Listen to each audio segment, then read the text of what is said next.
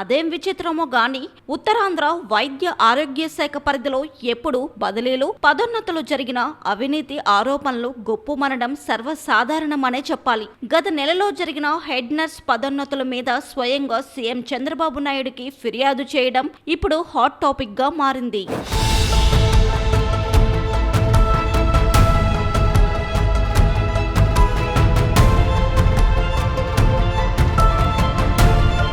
Visakha zone 1 పరిధిలో గత నెలలో మెడికల్ ఆర్డీ కార్యాలయంలో కౌన్సిలింగ్ ద్వారా 32 మంది స్టాఫ్ నర్సులకు హెడ్ నర్సులుగా పదోన్నతులు కల్పించారు. పదోన్నతుల కోసం నర్సుల నుంచి భారీ ఎత్తున ముడుపులు వసూలు చేశారని తీవ్ర ఆరోపణలు వెల్లువెత్తాయి.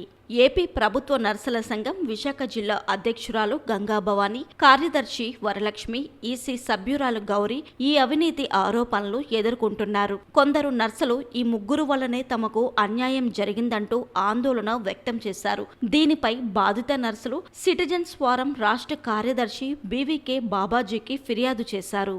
ఆయన నేరుగా ముఖ్యమంత్రికి ఈ ఫిర్యాదు చేయడం కలకలం రేపింది. దీనిపై స్పందించిన సీఎం ఈ వ్యవహారం మీద పూర్తి స్థాయిలో విచారణ జరిపించాలని విశాఖ జిల్లా కలెక్టర్ అభిషేక్ కిషోర్ కు ఆదేశాలు జారీ చేశారు. కలెక్టర్ ఆదేశాల మేరకు మెడికల్ ఆర్డీ రాధారాణి విచారణ అధికారిగా regional training centre principal doctor మీనాక్షిని నియమించారు. ఆమె తన కార్యాలయంలో విచారణ నిర్వహిస్తారు.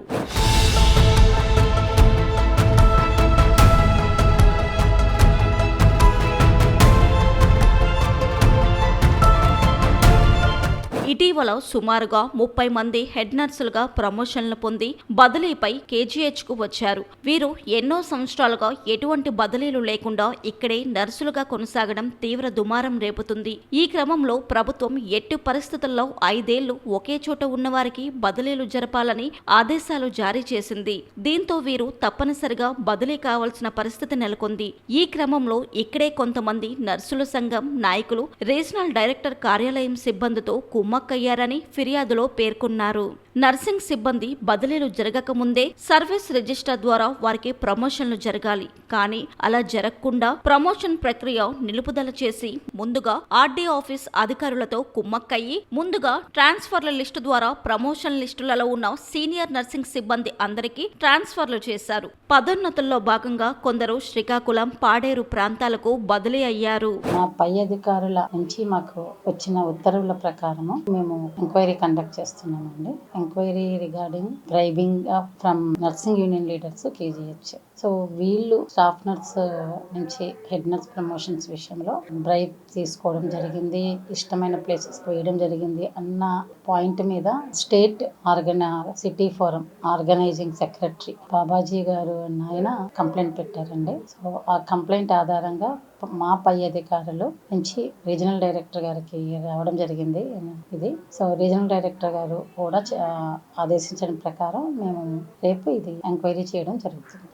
మా దగ్గర అయితే 38 దాకా పేర్లు ఉన్నాయి. సో రేపు ఎంక్వైరీలో మాకు అందరికీ ఇవ్వడం జరిగిందండి సమన్స్. యూనియన్ లీడర్స్ కి, ఆర్గనైజింగ్ సిటీ ఫోరం సెక్రటరీకి, తదితర ఎవరెవరు పోస్టింగ్ తీసుకున్నారు, ఈ ప్రమోషన్ తీసుకున్నారు అన్న స్టాఫ్ నర్సెస్ మా దగ్గర వాళ్ళకు కూడా మేము సమన్ ఇవ్వడం జరిగింది. యూనియన్ లీడర్స్ ఎలా అరకట్టడం అనేది జరగదండి. ఇవ్వకూడదు అనేది ఒకటి. ఎలిగేషన్ ఇచ్చినా ఇవ్వకపోయినా ఎలిగేషన్ రావచ్చు, కానీ ఇవ్వకూడదు అనేది పద్ధతి అండి. అధికారులు ఆ విధంగా చూడాలి. ప్రిన్సిపల్ గా మనము ఎందులోనూ కూడా ప్రమోషన్స్ తీయడం జరగదు.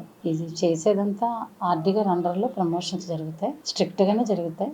మోసపోవడం అనేది జరగచ్చు, కానీ తీసుకోవడం అనేది ఎంతవరకు ఇవ్వడం కూడా తప్పు, తీసుకోవడము తప్పు.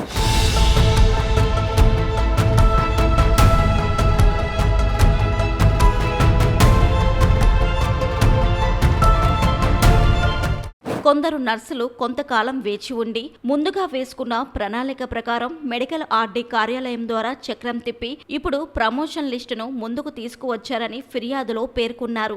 ఎవరైతే విశాఖలో కేజీహెచ్ నుంచి జిల్లాలోని ఇతర ఆసుపత్రులకు ట్రాన్స్ఫర్ల మీద వెళ్లారో వారిలో కొందరికి హెడ్ నర్సులుగా ప్రమోషన్లు ఇస్తూ తిరిగి విశాఖలోనే కేజీహెచ్ తో పాటు మానసిక తదితర ఆసుపత్రులకు ప్రమోషన్ ద్వారా తమ సొంత ప్రాంతాలకు వచ్చేయడం తీవ్ర దుమారం రేపుతుంది. అత్యంత అత్యంత పకడ్బందీగా వేసిన మాస్టర్ ప్లాన్ ప్రకారం రీజనల్ డైరెక్టర్ కార్యాలయంలోని కొంతమంది సిబ్బందితో లాలూచీ పడిన నర్సింగ్ యూనియన్ నాయకులు బంగారం సహా లక్షలాది రూపాయలు వసూళ్లకు పాల్పడినట్లు అభియోగం. కొంతమంది ఈ అవినీతి బాగోతం మీద ఫిర్యాదులు చేయడంతో డొంక కదిలిందనే చెప్పాలి. ఈ వ్యవహారం ఏ మలుపు తిరుగుతుందో చూడాలి మరి. మా పరిధిలోను యాక్చువల్గా 46 వేకెన్సీలు హెడ్ నర్సులువి వచ్చాయండి. అంటే ఇప్పుడు కేజీహెచ్, తర్వాత శ్రీకాకుళం గవర్నమెంట్ జనరల్ హాస్పిటల్, అట్లాగే మెంటల్ హాస్పిటల్, పాడేరు, ఇవన్నీ కలిపి దగ్గర 46 వేకెన్సీలు వచ్చాయి హెడ్ నర్సెస్వి. సో దాంట్లో మేము మార్చి 10ని కౌన్సిలింగ్ నిర్వహించాము. అందులో 39 మంది పోస్టింగ్లు తీసుకున్నారు. మిగిలిన 7 కూడా వాళ్ళు తీసుకోలేదు. సో ఇవన్నీ కూడా కౌన్సిలింగ్ అంతా కూడా మేము కంప్లీట్ పారదర్శకంగా నిర్వహించాము. మాకు ఎలాంటి కంప్లైంట్స్ అవి కూడా ఏమీ రాలేదు. తర్వాత రీసెంట్గా ఏపీ సిటిజన్స్ ఫోరం నుంచి వాళ్ళు కంప్లైంట్ డిస్ట్రిక్ట్ కలెక్టర్ గారికి ఇచ్చారు. దాని మీద ఆయన ఎంక్వైరీ చేయమని కేజీహెచ్ సూపరింటెండెంట్ గారికి ఇచ్చారు. కేజీహెచ్ సూపరింటెండెంట్ గారు ఏమో అది మాది అపాయింటింగ్ అథారిటీ మెయిన్ కాబట్టి మాకు అది హ్యాండ్ ఓవర్ చేశారు. సో దాని మీద ఎంక్వైరీ రేపు జరుగుతుంది. ఎంక్వైరీ డాక్టర్ మీనాక్షి గారని regional training centre male principal, ఆవిడ సివిల్ సర్జన్ విశాఖపట్నం, ఆవిడ చేస్తారు. మేము చేసేదంతా కంప్లీట్ పారదర్శకంగా చేస్తాము. సో వాళ్ళకి మరి ఏమైనా గొడవల వలన మరి ఏంటో నాకు తెలియదు. ఏ ప్రమోషన్స్ అయినా మేము ఆర్డీ ఆఫీస్లో కంప్లీట్గా పారదర్శకంగానే చేస్తాము.